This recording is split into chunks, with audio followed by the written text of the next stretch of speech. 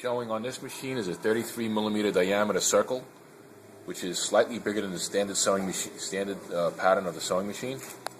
We've also included a 2-stage with special software to work with an electronic pedal.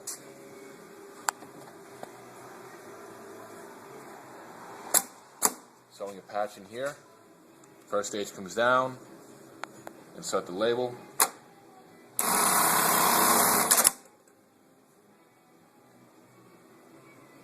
And so we've taken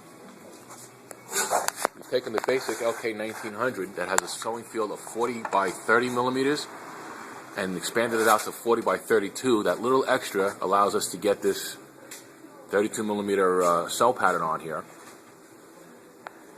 and basically saving the customer money by not having to go to a much larger field machine.